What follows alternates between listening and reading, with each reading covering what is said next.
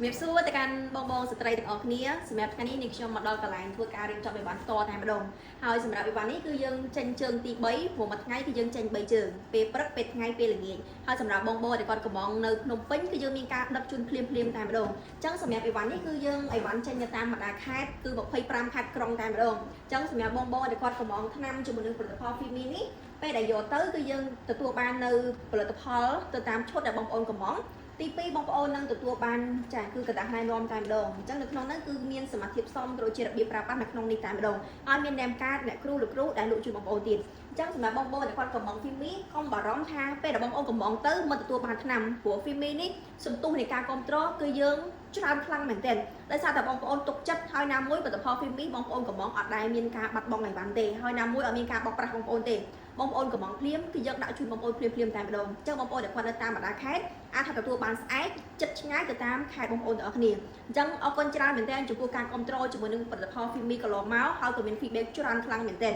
ហើយសម្រាប់បងប្អូនដែលគាត់កំពុងតែតាមដានជាមួយ Fimi ចង់ប្រើប្រាស់កុំភ្លេច add មកកាន់ Telegram ឬ Facebook តបានអរគុណច្រើន